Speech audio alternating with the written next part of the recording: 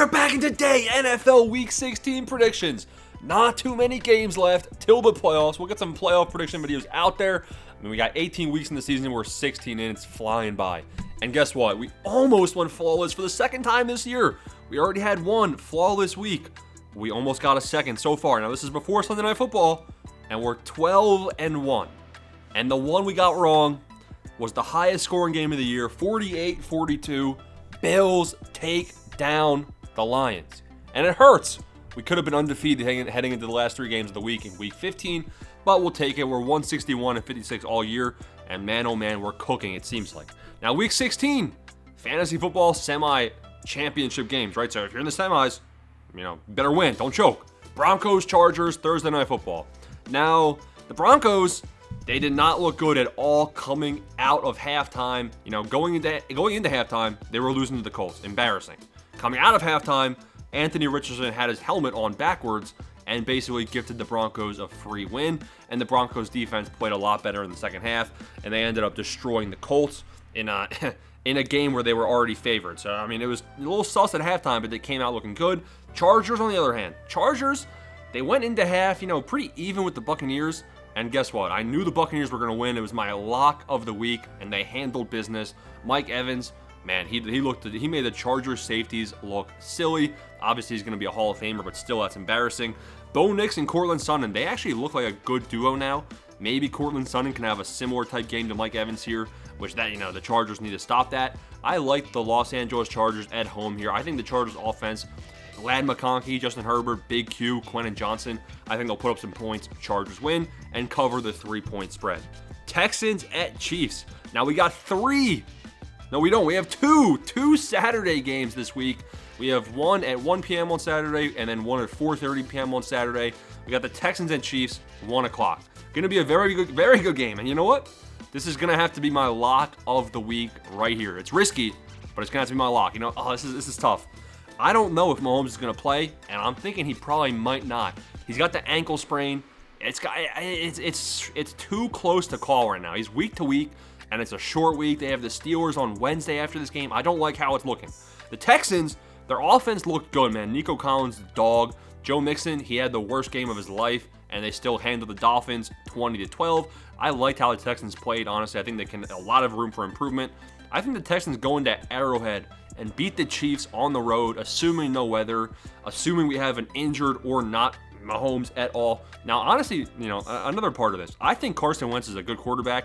I've been saying it for years that Carson Wentz deserves to be a starter somewhere in this league. Now, is he going to force the ball and make some turnovers? Maybe. You can't expect Wentz to come in here and keep up with C.J. Stroud's first game of the season, of the last two seasons, right? Got to go with the Texans, and they're 1.5-point favorites on the road. Texans money line 50-50. Give me that all day. Better bet on this game before Mahomes is rolled out, because then the spread's going to shift. Steelers at Ravens. AFC North battle.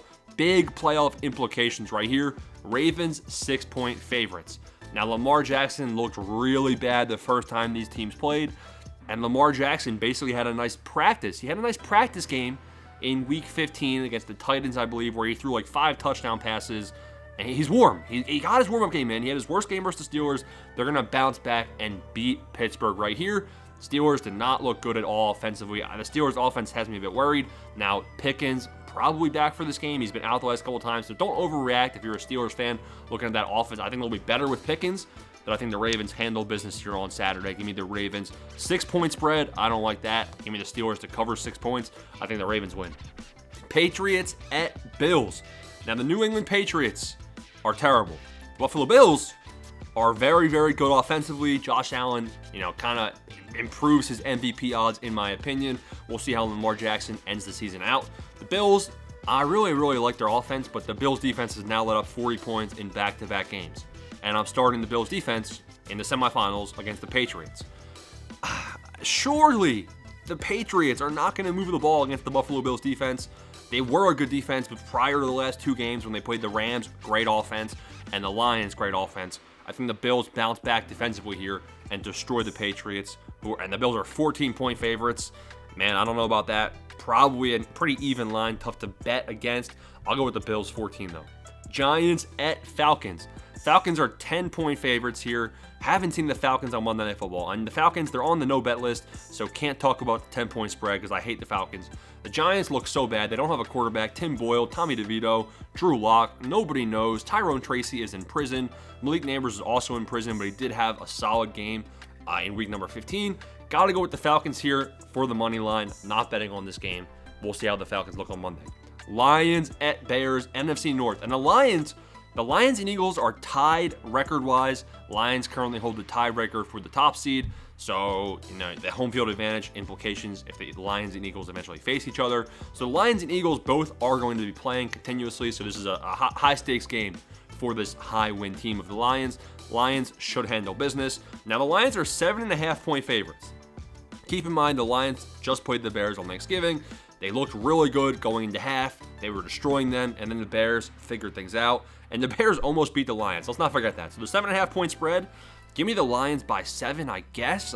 Surely they're going to bounce back against the Bears. I think the Lions handle business here, but let's not forget Thanksgiving. Cardinals at Panthers. The Cardinals kind of look like frauds. They kind of just look, they're a middle-of-the-road team. But the Carolina Panthers just lost to the Cowboys. Now, obviously, I told you guys, bet on the Cowboys as dogs. We were right. They went into Carolina. Carolina's first time ever being favored. Carolina at home. Embarrassing. Embarrassment to the sportsbook community that the Panthers were fans. But that the Panthers were favored over the Cowboys. Everyone, I knew it. I'm a genius. Give me the Arizona Cardinals here, though, too. Cardinals, 5-point favorites. I like the Cardinals by 5.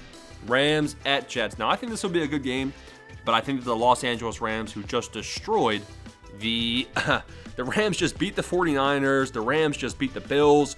The Rams, I know the Rams put up 40+ against the Bills. They only scored 12 against the 49ers. Still win.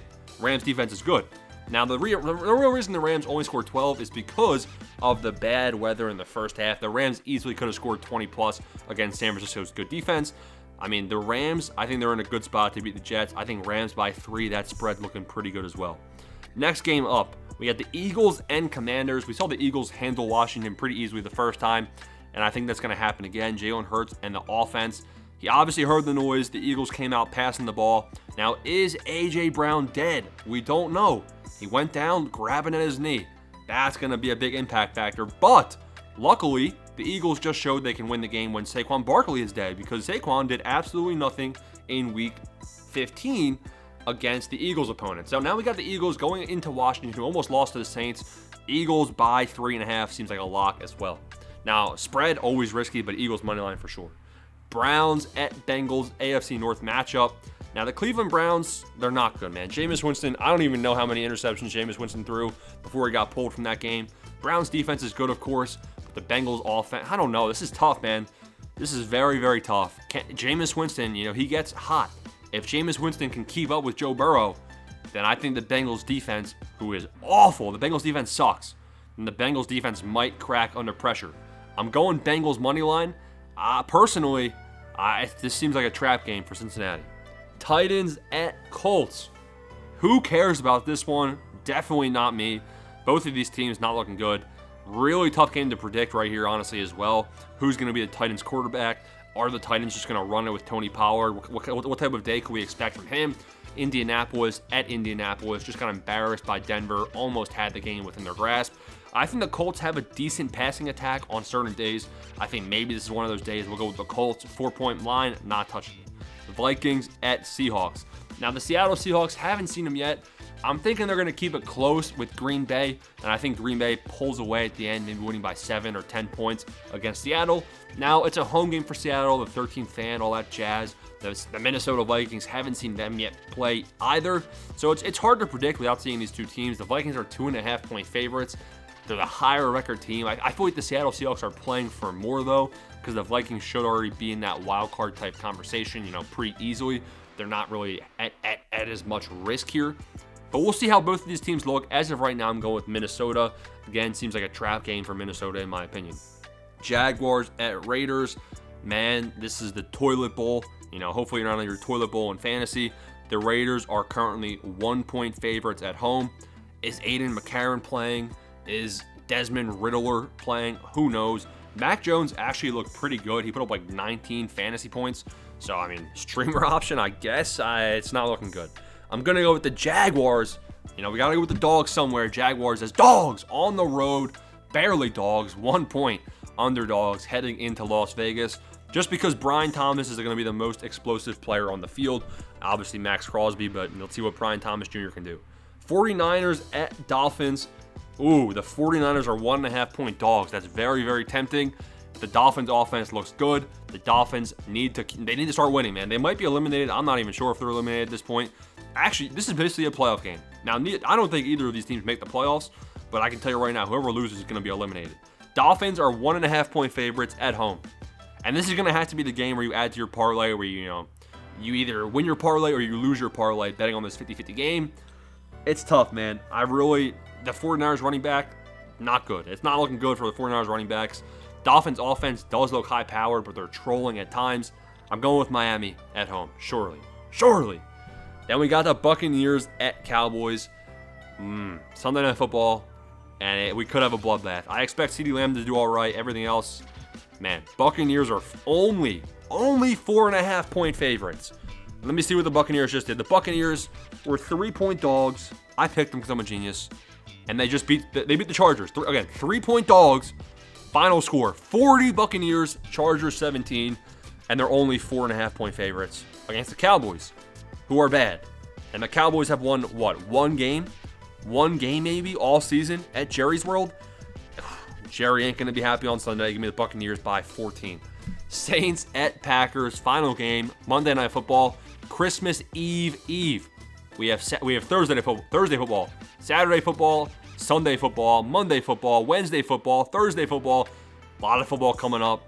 Fantasy championships on the line. Saints at Packers. Man, oh man. Please. Let's all pray. Derek Carr's hand will heal by this game, right? I don't care. I just don't want to see Jake Haener at quarterback. And let's also pray. Alvin Kamara's groin surely will be fine for this game, right? Imagine Jake Haener in. Kendre Miller in. The Packers will win by 14. Now, the Packers are currently 13 point favorites. So hopefully we have a Kamara and Derek Carr. But the spread, Vegas is saying that the Packers are going to have an easy time on Monday night.